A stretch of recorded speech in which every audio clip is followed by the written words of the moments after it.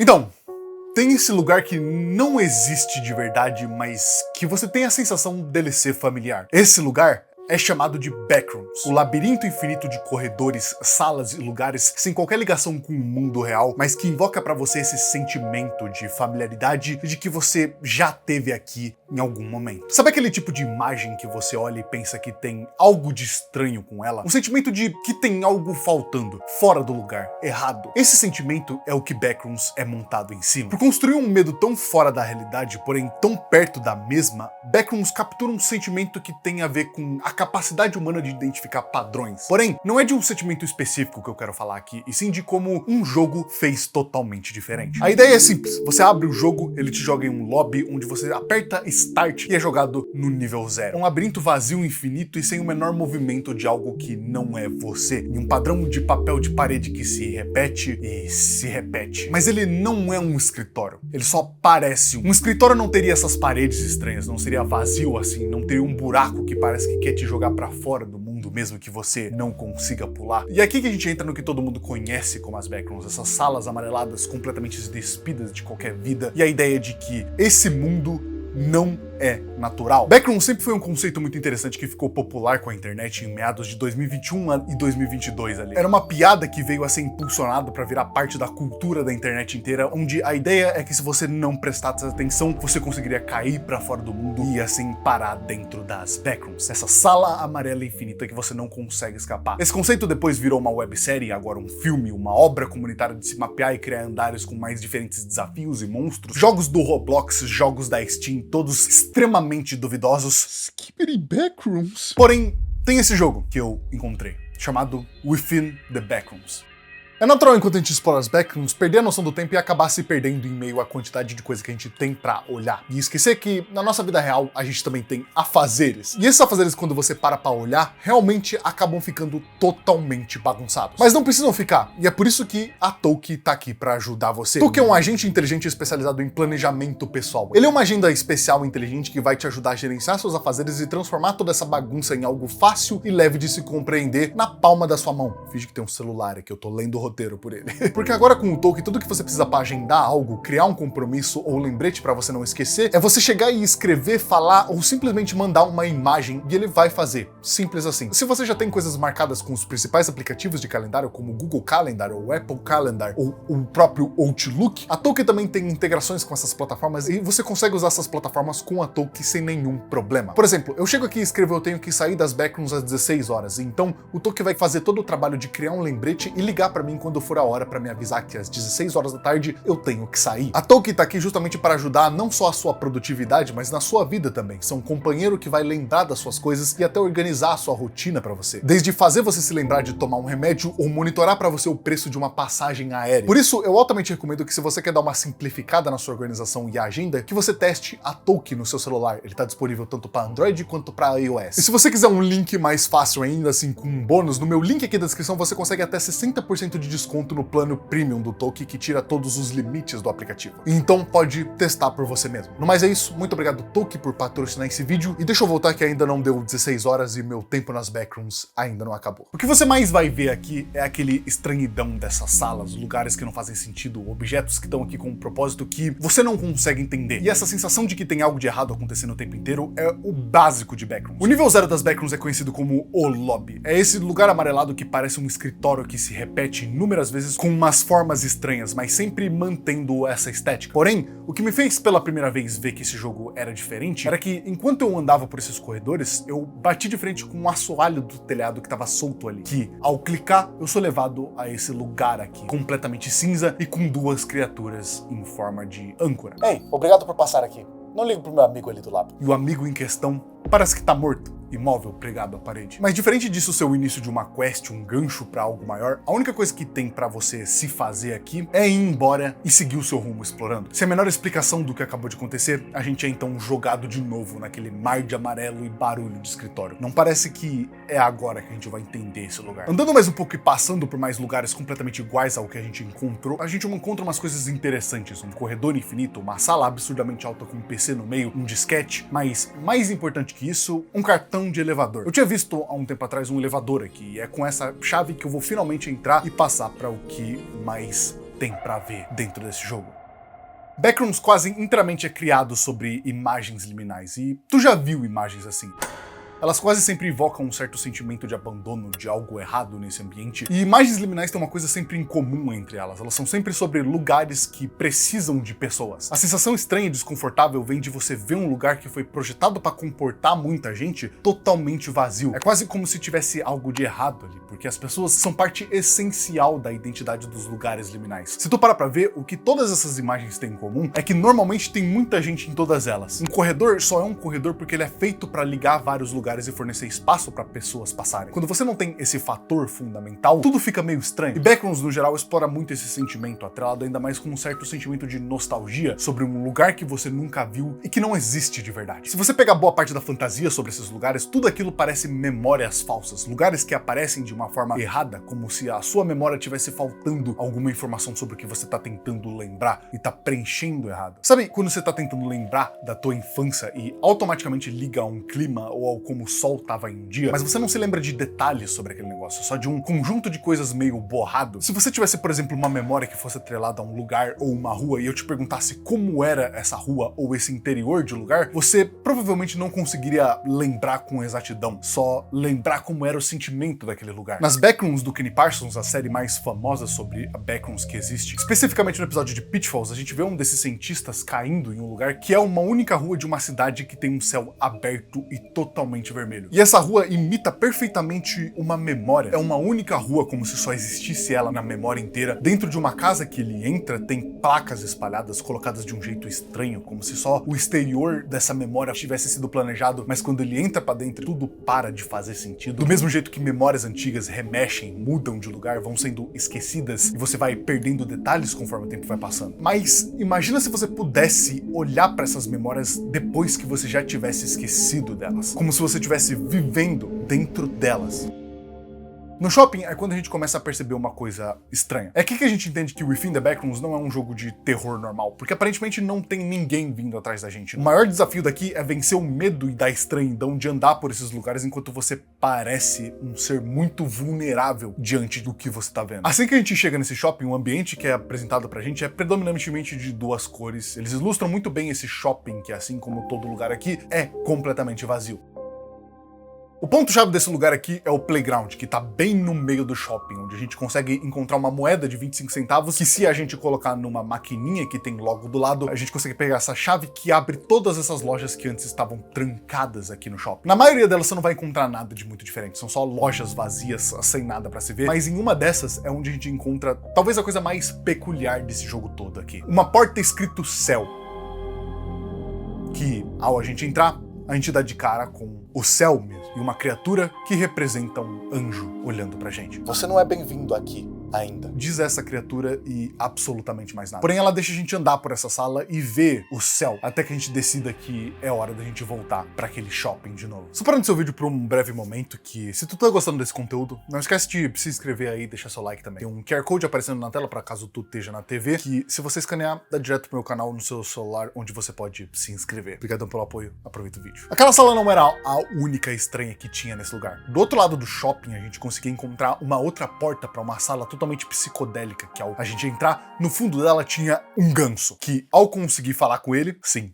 falar com ele, ele te dá finalmente uma missão que a gente pode coletar alguns amendoins pra ele espalhados por aquela mesma sala, e em troca disso ele vai te dar mais um disquete. Não faz o menor sentido nada disso, essas criaturas, isso misturado com imagens liminais, mas eu acho que agora vai fazer. Esses disquetes são algo que a gente acaba coletando durante a nossa exploração pelos andares dessa versão das Backrooms desse jogo. E se já não tava estranho e desconexo essas salas que fugiam muito das ideias do que é Backrooms, quando a gente começa a pegar esses disquetes, as coisas começam a fazer ainda mais sentido. Saindo dali e explorando mais aquele shopping abandonado, a gente consegue encontrar mais disquetes largados em várias salas e eventualmente um PC. Existem vários desses PCs espalhados por elas Backrooms, eles se repetem e servem justamente para ler o que tem dentro deles. E se o ambiente das Backrooms é esse lugar que propõe pra gente um mundo que não dá pra entender, no Within the Backroom é quando ele começa a mostrar uma visão diferente do que seria não entender esse lugar. Memória número 729. O paciente acabou de entrar no estágio 2 como esperado. Mudanças na atividade cerebral vão ser monitoradas com cuidado e interrompidas com um choque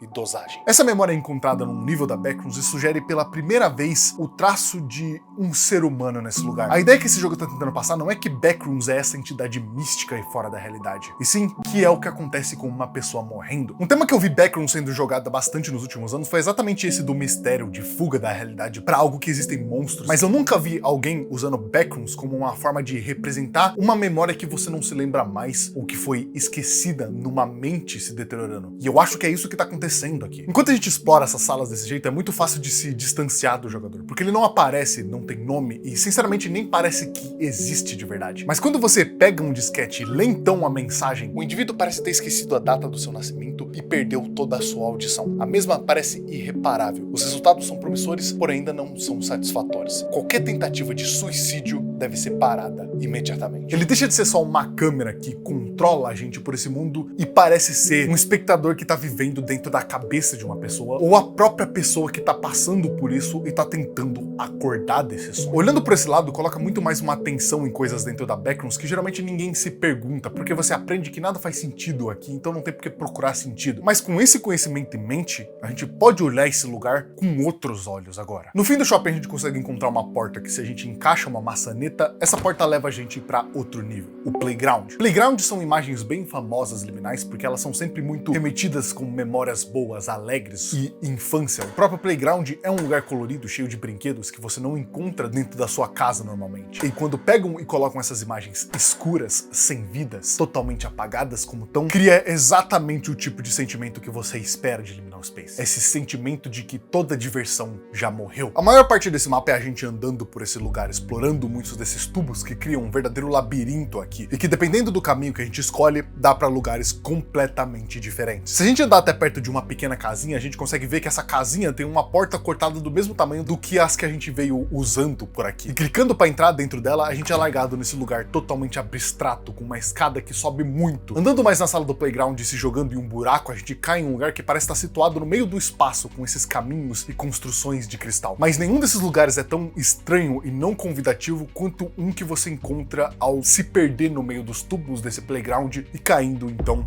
nessa casa totalmente apagada e escura. A casa em si não tem muita coisa, no máximo uns manequins largados no escuro, mas essa casa é o lugar onde mais passou aquela ideia de isso ser um sonho, ou fragmentos da memória de alguém. Existem fotos liminares e das Backrooms que falam justamente sobre esses lugares mais aconchegantes, casas de parentes. Mas quando você conecta dessa forma, chega a ser angustiante você passar por esses lugares e não ter ideia do que cada coisa aqui significa. Quase como se isso fosse algo que você, como protagonista, deveria saber, mas não consegue se lembrar. Essas coisas deveriam significar alguma coisa pra você. A gente deveria ter algum contexto do que tá acontecendo aqui, porém a gente não tem. O paciente se recuperou do estado de coma. Depois da recuperação, quase todas as formas de memória foram esquecidas ou alteradas. O indivíduo se manteve totalmente surdo, porém com saúde estável. O paciente morreu 2 semanas depois dos testes. Seguindo por um outro caminho depois do Playground, a gente consegue ter acesso a um lugar separado que parece ser uma memória na mesma casa que a gente tava, dentro do quarto de uma criança, com brinquedos exatamente iguais àqueles que a gente via no Playground, só que em escala menor, quase que conectando essas três coisas como se fossem as mesmas. Esse alguém teve uma festa de infância e essa era a casa dele, ou pelo menos como a memória se lembrava dela. E esses lugares ficam ainda piores depois que a gente passa do Playground. Depois de passar pelos lugares que o Playground leva a gente com relação à nossa casa, a gente passa por diversas áreas que são passageiras, mais humanizadas, por assim dizer. Toda aquela ideia clichê de Backrooms aqui se transforma em algo mais sombrio porque passa a ser lugares como esse. No fim do Playground tem essa porta que leva a gente pra um lugar chamado de hotel, e é praticamente um hotel infinito de quartos, que quase todas as portas estão trancadas, exceto uma que leva a gente pra um outro lugar que é pra ser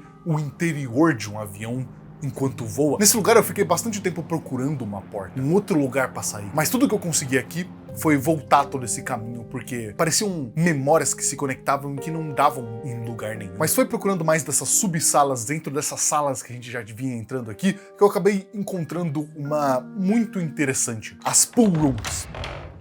Esse é o lugar mais famoso das Backrooms depois das salas amareladas. Esses lugares brancos ladrilhados com água que formam assim então o nome dela. E voltar para um lugar como esse é a gente ter esse gostinho de novo de estar de volta naquele conceito de Backrooms clássico de lugar sem sentido fora da realidade. E é interessante que por mais que esse lugar seja chamado de Pool Rooms, essa sala não tem nada a ver com uma piscina. Fora o fato de que tem água e é lotado desse mesmo ladrilho que é usado em piscinas. Essa parte é exatamente como a gente espera quando a gente chega aqui. Essas áreas da piscina se repetem como labirintos e tem áreas extremamente abertas que não respeitam as leis da física, como essa escada que prende água e não deixa ela cair. E essa sala é uma das mais tranquilas de todas que a gente vai encontrar aqui. A música dela e todo o ambiente é bem tranquilo. Chega a ser destoante o fato de que ela tá logo ao lado da mais bizarra de todas. Andando pelas pool rooms, uma hora você vai perceber que ela vai ficando cada vez mais e mais escura se você tiver a má sorte de encontrar o que eu encontrei. E uma coisa que vai se destacando conforme mais vai ficando escura é uma luz vermelha, forte, que mostra esse lugar, a floresta. Não tem nada feliz nem liminal sobre esse lugar, é só esse ambiente totalmente pesado com uma luz vermelha que ilumina o mínimo que ele precisa. E que no fim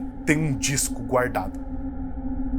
Porém, a parte mais interessante das pool rooms não é o fato delas existirem, ou para esse lugar que elas levam, e sim de novo aquelas portas que também aparecem aqui, e essa em específico tem escrito bem grande o número, 505 na porta. E ao entrar, a gente tá de frente com um gigante complexo de apartamentos, todos eles desligados, mas que a gente consegue assistir e ver o quão estranho é esse lugar que parece também muito familiar. É como se fosse o pedaço de um dia onde você decidiu sair à noite, em um horário que não tem muito mais gente andando pelo prédio, para ir numa lojinha ou comprar alguma coisa. Então você tem esse ambiente de andar de madrugada nesse lugar que normalmente tá cheio de gente, mas tá vazio porque não tá mais no horário onde as pessoas saem pra fora. Voltar pra casa andando de noite com aqueles postes antigos, amarelos, todos os apartamentos apagados, todo mundo dormindo, enquanto você é o único aqui ainda acordado e que consegue presenciar esse momento tão calmo. Com a diferença é que não existe de verdade esse apartamento ou as pessoas. É só uma casca que essa memória habita e um fragmento do tempo que ela aconteceu. Essa atmosfera, junto com essa única fonte de luz que tem bem no pátio desse apartamento, cria essa mesma sensação que a gente teve tanto tempo falando por aqui. Mas e se for mais do que só isso mesmo? Depois de andar pelas pool rooms, você vai encontrar um buraco no chão que se você pular, você vai dar em uma espécie de locadora que não vai perder tempo para te falar o que é esse lugar. É o fim.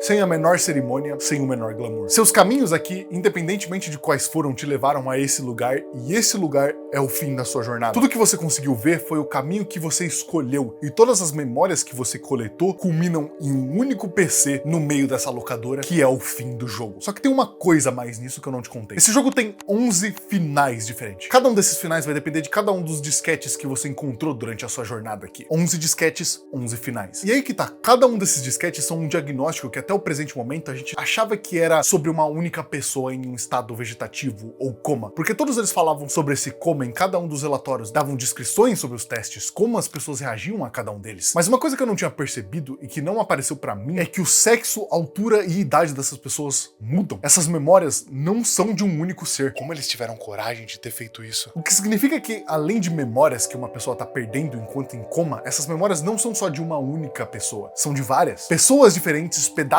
de vidas diferentes, aglomerados como se fossem só memórias que você pode navegar entre elas, mas nunca saber sobre o que elas eram. Não dá pra dizer, por exemplo, se essa pessoa que a gente tá controlando não é mais uma dessas vagando entre memórias de outras pessoas, ou se isso é só uma forma de representar uma conversa que ele escutou, enquanto tava em coma na cama do hospital e se morfou para dentro desse mundo como disquetes que ele pega e são anotações de cientistas. A gente sabe que sonhos tendem a pegar coisas que acontecem na nossa vida e distorcer, criar exemplos exagerados, ou às vezes coisas que a gente nem sequer lembrava, mas por algum motivo apareciam. E eu não consigo pensar em nada mais exagerado do que um ganso ou um olho que simula um anjo. Talvez essas sejam alucinações que o próprio protagonista tem, já que ele tá nessa mesma situação, vagando por essas memórias que não são só dele, mas sabendo sobre coisas que as pessoas fora desse estado de coma também falaram e ficaram arquivados em disquetes, secretamente colocados nessas memórias. Só que conforme mais fundo a gente vai indo dentro desse jogo, mais esses disquetes passam de ser simples anotações de pessoas sobre pacientes e passam a se tornar frases diretas a você ou conversas diretas a você, e então vira essa bagunça de letras, como se algo tivesse corrompido ela. Esse disquete é o que a gente pega na floresta. Porém, uma única coisa se mantém esse tempo inteiro: a consistência. Os sonhos, de certa forma, a partir de um ponto, começam a se conectar no sentido de que algumas coisas que aparecem em um também aparecem em outro. No Playground, uma das coisas mais icônicas dele é um polvo que aparece em todo lugar lá. Ele tem pequeno, grande, atrapalhando o seu caminho. Na casa também. As portas, muitas delas têm o símbolo 515 nelas, criando uma conexão talvez com o apartamento que ele morou a vida inteira e que ficou marcado como esse símbolo, justamente por ser o lugar que ele mais passou tempo e marcou ele. Muito provavelmente nesse mesmo lugar onde a gente encontrava os pátios e apartamentos. A gente pode estar experienciando memórias de outras pessoas aqui, mas muitas dessas memórias são nossas. O paciente não demonstrou nenhuma mudança na memória depois dos experimentos. Experimentação ainda mais intensa e avançada deve ser testada logo após a sua recuperação. Catando cada um dos 11 discos que falam sobre pessoas diferentes e levando todos eles pro fim, a gente consegue ver finais diferentes desse jogo. O final 17 é um onde a pessoa em questão volta pra casa dela, mas sim algo estranho. A TV só toca estática. Na memória 14.003, você é largado em uma sala de aula onde tá tudo desligado e só tem uma porta que fica falhando, que ao você passar, te leva a uma outra sala idêntica, que se repete e se repete, te prendendo aqui pra sempre. Esse é o final da sala de aula. No 729, você é levado em um mundo de relógios com uma mensagem muito clara: o teu tempo tá acabando. 17.902, o final da noite eterna. Final 943, o final do fonógrafo. Final 862, o final do medo. A memória 989, uma porta vermelha, que a gente entra e é colocado numa escuridão infinita, onde tem uma única luz lá no fim, que nunca vai chegar, mas sempre vai estar lá. Eu acredito que além de criar situações, cada uma dessas memórias representa um final diferente que uma pessoa possa ter tido aqui. Cada um preso ao que esses finais possam representar para elas. Fica presos a memórias do passado, presos a um looping de voltar ao início das backrooms, preso a uma memória específica de quando você era criança. Alguns desses finais são níveis mesmos da backrooms. Outros são tão estranhos que parece que querem te contar algo diretamente, como o final dos velhos tempos, por exemplo. Só que até esse momento eu falei só de 10 finais. São 11 no total. Porque o 11º final fica disponível só se você realmente prestou atenção nesse mundo que você vagou por aqui. Ao lado desse computador, no canto da sala, tem uma outra salinha com outro computador dentro dela. Mas esse te pede uma senha. No meio de todos esses mundos que a gente passou, tem uma senha que conecta tudo a esse computador aqui. Foi o que conectou a gente esse tempo inteiro. O número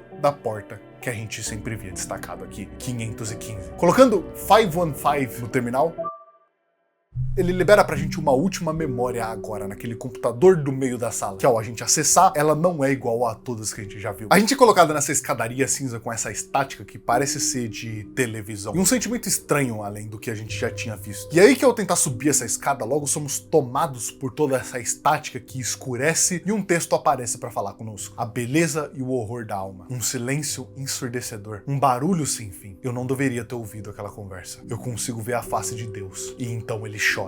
E é assim que o jogo acaba, com o que parece ser o protagonista dessa história, aparentemente escapando desse mundo sem fim, do coma dele, com as suas memórias embaralhadas nesse mundo que pouco faz sentido, e acordando para o além desse coma, encarando o fim da vida dele, no seu leito de morte. O nome desse final é o final do leito de morte. O protagonista provavelmente acordou e encarou o que tinha esperando nele na vida real. Parando pra olhar assim, depois de passar por esses níveis e encontrar essa verdadeira saída, dá pra dizer que o personagem principal, através das suas memórias, passou por toda a sua vida como se estivesse morrendo mesmo e relembrando dela. Memórias de quando ele era criança, de playgrounds e festas, memórias da primeira casa dele com o primeiro quarto dele e os brinquedos, memórias de quando a vida dele já era mais séria, com o prédio dele onde ele morava, e esse senso de isolamento e tristeza da vida adulta, junto com a calmaria de estar acordado numa madrugada, talvez tentando ligar o fato de que esteja de noite com uma desregulação na própria vida. Todos esses momentos que, entre esses sonhos estranhos, conectam ao que interessa, ao fim. Uma das coisas que mais destaca esse jogo de todos os outros que eu já vi sobre backrooms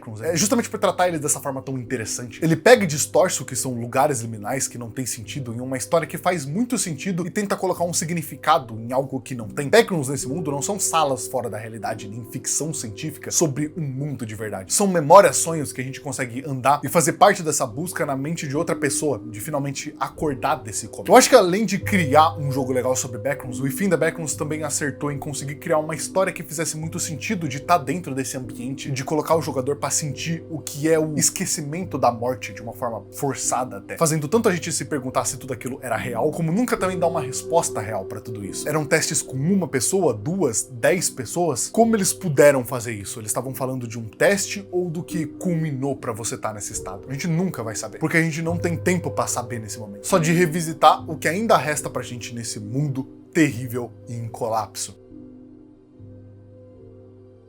Muito obrigado por você ter assistido esse vídeo. Se você gostou, não esquece de se inscrever e me apoiar aqui na criação desses vídeos pra você. Tem seu like, se inscrever, hypar o vídeo, tudo isso ajuda demais, vocês não têm noção. E muito obrigado pra todos vocês que fazem isso. Vocês ajudam demais essa produção gratuita e custosa que eu faço aqui no canal. Muito obrigado aos membros por apoiar o meu conteúdo. Virando membro Tier 2 acima, você ganha um espacinho aqui no vídeo e me apoia nas próximas produções aqui no canal. E se você gostou desse vídeo sobre Backrooms, eu acho que tu também vai gostar desse outro vídeo aqui sobre mundos mortos de videogame e mega estruturas. É um dos meus favoritos do meu canal e eu acho que você vai gostar também. O link vai estar aqui, se você quiser, é só dar uma olhada. No mais é isso, muito obrigado por ter assistido esse vídeo até aqui e eu acho que eu vejo você outro dia.